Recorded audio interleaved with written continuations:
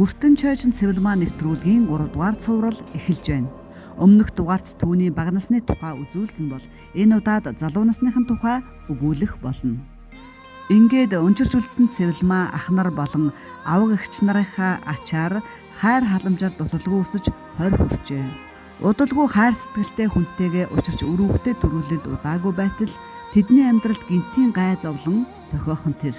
Социализмын үед хорт хавдар хийж аюулт өвчнийг хаяа нэг настай хүмүүс тусдаг.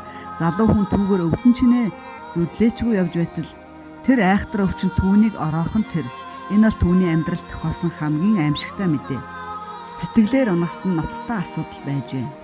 Хүнтэй суух гээд анхны хонхтой гаргаж явахдаа эмнэлэгт үйж явахдаа бодортой адуу нэмхэл идсэн юм л да. Манайд нэг бацаргал ялан байдаг гэсэн. Тэр намайг үзэхдээ чи өгсөн адуу нэмхэл идсэн байна. Тэгээ ингэж үзсэн би ганцхан сайттай захиустай чамайг захиус гээд нууцсан байсан байхад чи идсэн байж таг. Тэгээ би чи хорт тавдар 22-т одоо хавтаад одоо 22-т анхны хонхтой гаргасан байна шүү. Тэгээ 22-т одоо хорт тавдар юм арсны хатуурл юм авдаад Баян онгорын эмнэлэгт уйлаад ирдэг байлаа. Тэгээд тэгж явсаар адил 3 хонхт гарсан. Тэр дунд чинь би чи уйлж дуулаад өхөж өрөвдөх гээл өстэй элдв хангаа болж явчих.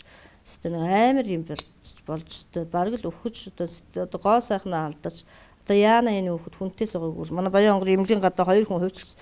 Энэ залуу амтын яана ингээ хүнтэй суугааг нүр амн ингээд нүд амн ингээ хавд зорсон. Яандаа хүрх юм гэжсэн. Хөө миний дүү хүнтэй суусна гэсэн би хүнтэй суусна чи ашгүй гэж хөвтсөн. Ашгүй гэж. Тэгэж хүртэл би сумаараа битгэл аймагаараа хүртэл одоо мэдж байгаа юм. Арсны хорт хавдраар өвдсөн нь ялангуяа залуу эмэгтэйн хувьд нүүрний арс нь гомдмоор өөрчлөлтөнд орно гэдэг хизээч хүлээн зөвшөөрөх аргагүй хүнд хэцүү байж таарна. Хүмүүстэй нүүр тулхаас ичиж эмээхээс эхлээд хүмүүс ч түүнийг буруу зүрүү ойлгох гэх мэтээр өвчний хажуугаар асуудлууд гарч ирж байжээ. Ер нь удмын сахиус сонгосон хүнээ нилээд шалгаж оншин тодорхойгүй янз бүрийн өвчнөөр өвдөж заваадаг юм шиг байгаа юм. Магадгүй Тэнгэрээс тийм дохио өгдөг байх. Ийм хүнд хатуу жилүүдийг тэр 22 настайгаас 27 нас хүртлээр туулжээ. Амар ингээл царай хаваа. Айш тшгөрөл. Ерөөсөн хуу амттай ч уулзаалаа. Тэр захиргааны одоо нэг дээр үе нэг сайн ир шиг. Захиргааны том дарганыг үзэж чадахгүй очиж мөтөлсөн. Та нар ард түмэнд авчирсан тэр одоо авчирч гисэн тэр юм гэдэг. Тусламжийн бараг өөртөө идлээ. Манаас өмсөн 100 дэх болно шүү дээ. Тэгэл би чинь тэгээ тэр хүмүүстэй чи үзүүлчихсэн ард түмэнд тэр тусламжийнх нь бараг тараалгадаг. Болчлаа бүр. Тэгэл нөгөө алт орж ирэл нөгөө алттай чи үзэлцэл би алтны чи хүмүүстэй үзэлцэл цомынхаа одоо хамгийн амар хил амттай хүн болоод ерөнхий сайдад захиа уучил. Ерөнхий сайдад утсаар ирэхтэл шууд одоо нөгөө инквер гоёсэн тэрэлэл хүрчдэг шүү дээ миний дуу хоолой. Тэгээ би өөрөө гайхаад идэгсэн. Тэнд нэг хүчтэй л болох гээд хил ам хийгээ. Тэгэл харц марцтай амар болцсон. Хүмүүс намуудаас айгаал. Гэхдээ энэ яана өвчнөдөө шаналал хайр өгдөн гिचлээс та нэр. Гөөмөн сайн өгд, сайн айлын хувилгаан лам. Арсны гатуурал системний гэдэг байсан. Тэгээ тэр нэг хавдар гээл тэгэл арсны гатуурал гэдэг байсан. Ямар ч ааш. Тэгэл одоо эмчнэр болохдоор ингээл байжсэн чинь энэ хөвгөлд за залуу юм яг нэг 5 жилд наслах гэдэг шүү дээ. Тэгээ би Баян онгорын 3 боллогоос Баян онгор руу явахдаа хүүхдүүдээ орхиод явахдаа амар уйлж явдаг. Ирэхлүү амьд ирэхлүү өгсөн ирэхлүү гэж уйлал хүүхдүүдээ өрөвдөр өстэй нэр. Аюултай уйлж явдаг шүү дээ. Тэр тийм их зовлон тулсан.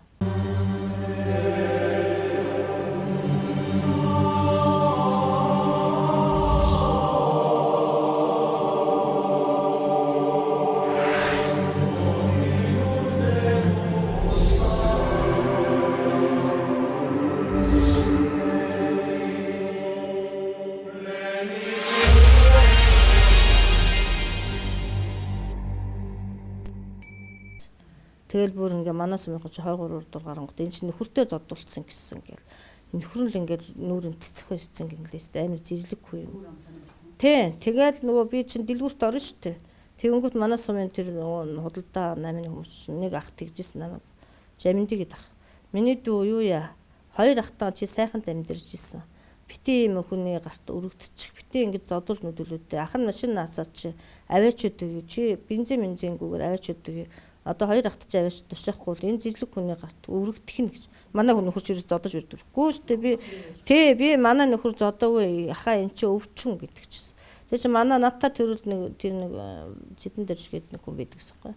Тэр надыг ингэж хэлсэн. Наадах чинь нэг гаршилч юм уу нэг тийм л өвчин байна миний хүн. Битээ наадах чинь аим наснаас чи холоо гэж тэгжсэн. Тэгэл би чинь группт орохгүй л аймгийн эмчнэр хүртэл нөгөө дээч инквирт хэлж юу яагаал халуулаад захиргааны дарга нарын хүртэл инквирт хэлэнгүүт л халагдчихдаг. Тэгээ хил амтай гээд ер нь улс төрийн нэг тим юм хийчих гээдсэн юм байхгүй юу. Одоо хэрэг тодрог байсан бол улс төрөөр л одоо мэдээ шуугуулж явахгүй юмсан бол гэж боддог шүү дээ. Хилэмгийн доломгой одоотой адилхан гэгээрч ийм даруухан биш. 90 онд хүм үний чинь л 90 он л хил үгээр энэцтэй нэр нам авдаг. Зүүр цэцэн өвгтэйч хүн байсан одоо тэгэл. Яг үнэн шүү нэргүүг үнэн шүү л гэж идэг манаас юмхан. Нэргүү арх уусан хүн ч гэсэн л ийм хэлэхдээ нэргүүг үнэн шүү өстой нэргүүгийн хогонд орохгүй болохгүй. Захиргааны хүмүүс ч гэсэн нэргүүг үнэн шүү одоо энэ тусламжийнх нь бараг тараа. Одоо сүүл рүүгээ бүр нададаар ирдэг болчихсон шүү дээ. Оо нэргүү ийм бараа ирсэн. Одоо энэ хин хиний айл тарах уу? Одоо одоо энэ юу яасан нь одоо чи нөгөө судалгаа гаргасан уу гэд бүр сүүл рүүгээ. Тэгсэн чи манай хүнийг бас нөгөө захиргааны одоо галч болгоод сүүл рүүгээ өдөрнөөс нам анахыг авч намайг бүр нөгөө өвсний манаач болгочихсон шүү дээ. Одоо тэгээ бүр та хоёр манай нөгөө та хоёр ямар гоё хоёулаа ажилттай гэхэл. Тэр чинь би өвсний манаач хий 15,000 төгрөг авдаг гэсэн шүү дээ. 90 онд ч 15,000 чих үстэй. Манай хүн чинь 70-аас 110,000 төгрөг авдаг гэсэн. Тэгээ хөдөө хөөрхөн 5 6 үнэтэй 20 хэдэн хонтой мэдээ хэдэн адуутай бас хөөрхөн тийм биш. Зон нь хөдөө нөө үнийгээ сааж эдийг авч өдөө сайн авнаа эдээ саав. Өвөл нь орж ир захиргааныхаа ажлыг хийчихэл. Тэгэл явж идэг байл.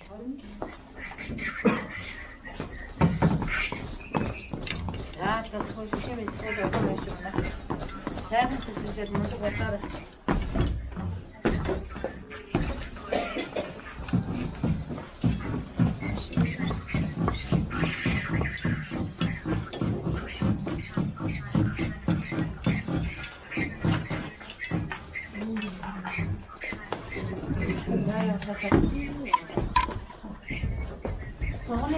Dating soğana söylediğim de.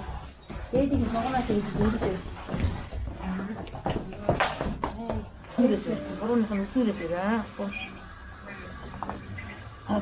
Onun için süresi ya.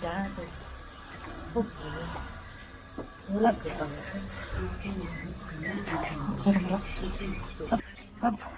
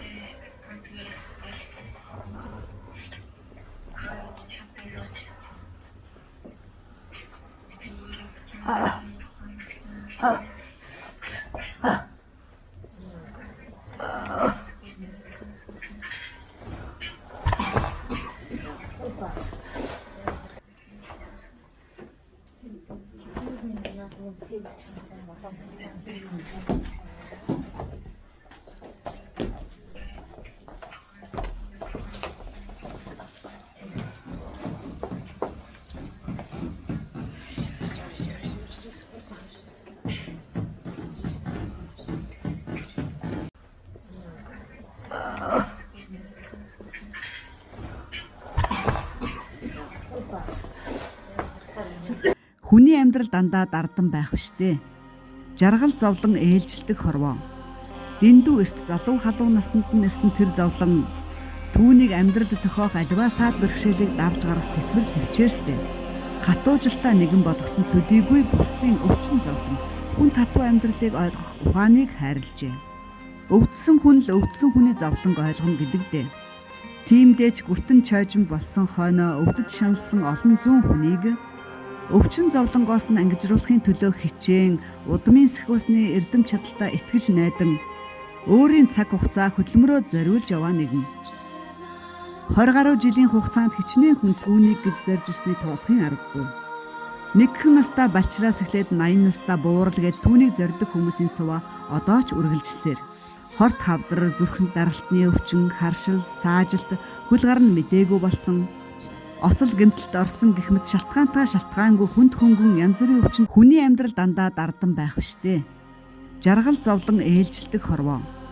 Дэндүү эрт залуу халуун наснд нь ирсэн тэр зовлон түүнийг амьдралд тохиох аливаа саад бэрхшээлийг давж гарах тэсвэр төвчээртэй.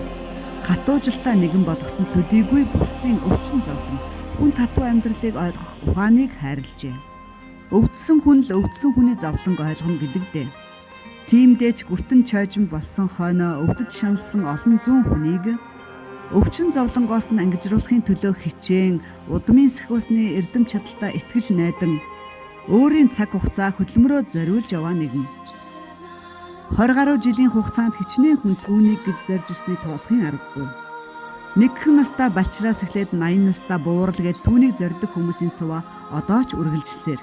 Хорт хавдар, зүрхэнд даралтны өвчин, харшил, саажилт, хөл гар нь мдээгүй болсон.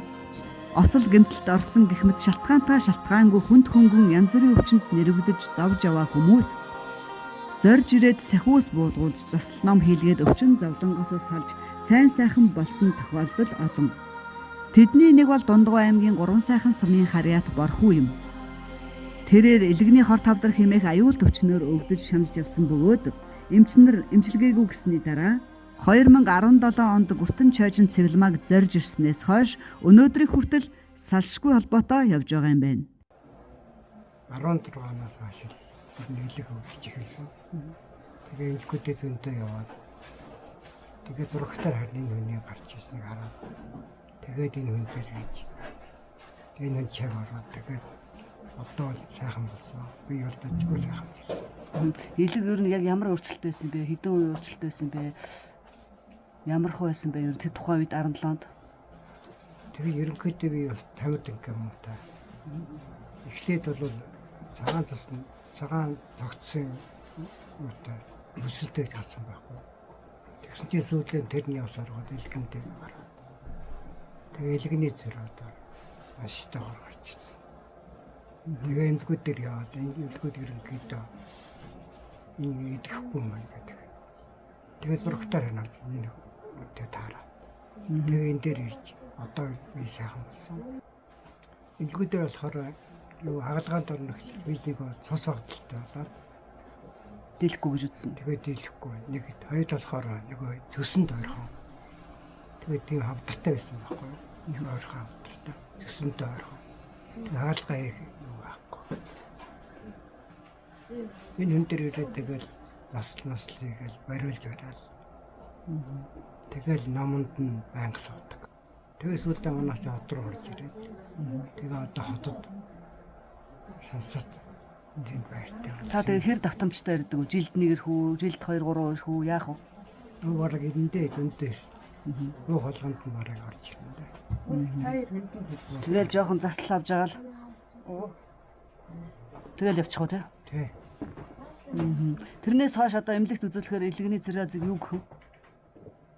Одоо болохоор эмнэлэг болохоор идэгцэн байна. Бүрэн идэгцэн байна гэж үзэх үү? Тий. Одоо л ядаргаа мадраа байхгүй. Би их сайхан болсон. Ядарч ирэх хүн байхгүй. Та тэгээд шинжлэх ухааны эмнэлгээр яваад эмчилгээ хийлгээгүй юм байна те? Хийлгээгүй. Хамгийн сүүл юунд орсон. Хавдрын харьяа байсан. Тэгээ хавдартаа очиод одоо нэг л юу байна. Нэг л хавдар бусдад гайгүй болж. Та операцанд ор. Тэгээд хавдартай тэнд орсон. Тэгээд тэр нь ерөнхийдөө гайгүй болсон. Би нүнийг байнга шүтэж явдаг. Тэгээд одоо миний биеийг ингэж өрөөлж өгсөн багштай болон сахиуснуудаа маш их баярлж явдаг. Тэгвэл түүнтэй адил хорт хавдраар өвчилж бөөрийн хорт хавдар хэмээн онцлогдож үхэл амьдралтаа нүүр тулаад байсан норжмаа мөн л түүнийг зорж ирсэн байна. Одоо норжмаага хүнд өвчнөөс нь салгаж ач буйнаа өгсөн багшаа шүтэн дээдэлж сахиус буух өдрүүдэд ирж сайн дураараа тусалдаг байна. Үзүүлэхээр зорж ирсэн болон сахиусны зан үйлд оролцохоор ирсэн олон хүмүүст хоол цай хийж өгдөг аж. Миний цэвэрлэн багштай болохоор би 2005 онд анх танилцчихсан. Одоо 21 дэх жилдээ болж байна. Тухайн үед ер нь яг танилцах ямар шалтгаан байв? Тухайн үед танилцах шалтгаан нь 2004 онд хуулны хар тавдар тусаад зүүн бүрээ ахуулаад дараа нь 2005 онд хүртэл биеийн байдал маш муу. Хангаагаас Улаанбаатар хяналтанд байсан. Тэгээд ер нь биеийн байдал засрахгүй байж байгаа. Тийм эмчилгээ, туяа эмчилгээ хийлгээд тийм ч их сайн болохгүй байж байгаа. Тэгээд энэ зөвхөн огштой анх уулзаж тэгээд энэ сахиусны авшигыг бүтчихсэн. За тэгээд тэрнээс хойш юу танд яг одоо ямар мэддэгдэхүй зөөрчлөлт гарав? За тэрнээс хойш би ахаад 5 жилийн дараа 2008 онд би ахаад зүүн бөөрөндөө бас хавдартай гээд тэгээд одоо хавдар судлалын эмчилгээс болохоор намайг одоо танд эмчилгээ байхгүй. Яагаад гэхээр учир нь зүүн бөөрчин хавдартайгээд хавагдсан. Одоо баруун бөөрөнд чи ингээд өсрөхий тавьсан учраас танд одоо эмчилгээ байхгүй. Ямар нэгэн аргаар та донор болох юм бол бүр шилжүүлэн сурах мэсээс л байна гэж хэлсэн. Тэгээд би хүүхдүүд за одоо ер нь өөрөө амьд явах аль хүүхдээ чи эргэтэнгийн авах хэрэгтэй гэж бодоод өөрөө зөвшөөрөө өг. Тэгээ би юм байдал маань жоо. Тэгтээ бол цэвэрмэн өгчтэй өмнө танилцсан байсан. Тэгээ цэвэрмэн өгч байна. Намайг за одоо би ч одоо би юм байдал маш муу эсвэл дагвасаа. Цэвэрмэн өгч надад дээр ирээд тэгээд одоо за би ямар тач байсан.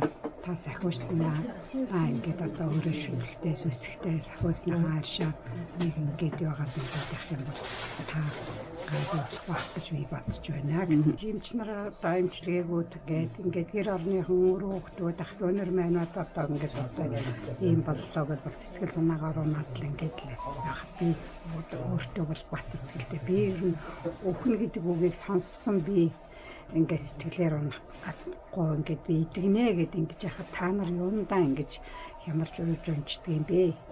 Хүүхдүүдтэй бол ээж нь үгүй ямар тач байсан би идэгнэ.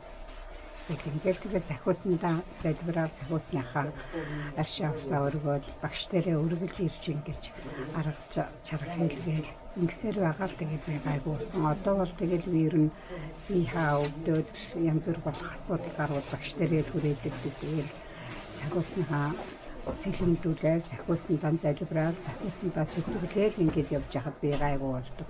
Би ер нь өөрийгөө бол одоо энэ сахиусаар идэгсэн хүн л гэж бодож явдаг та. Сахиустаа бүр төрсөн ич түүшиг болчихсон. Тэгээд одоо гэр бүлээрээ манай гөгшин маань ингээд нэг 3 жилийн өмнө өөд боллоо. Гөгшин маань хөтлөд өнгөрөхтэй бол бидээс энэ сахиусны багшид өөр үнэн ихтгэлтэй бас ингэж шүтэж залбирдаг ийм хүн байсан. Тэгээд одоо би бол ер нь одоо сахиустаа жахаар би өвдөл сахиуснаа л хүрээдэлдэг. Тэгээд багч түүшиг нэг юм болчихсон. Ийм л хатаатай болсон юм да. Энэ бол ердөө хоёрхан хүний жишээ.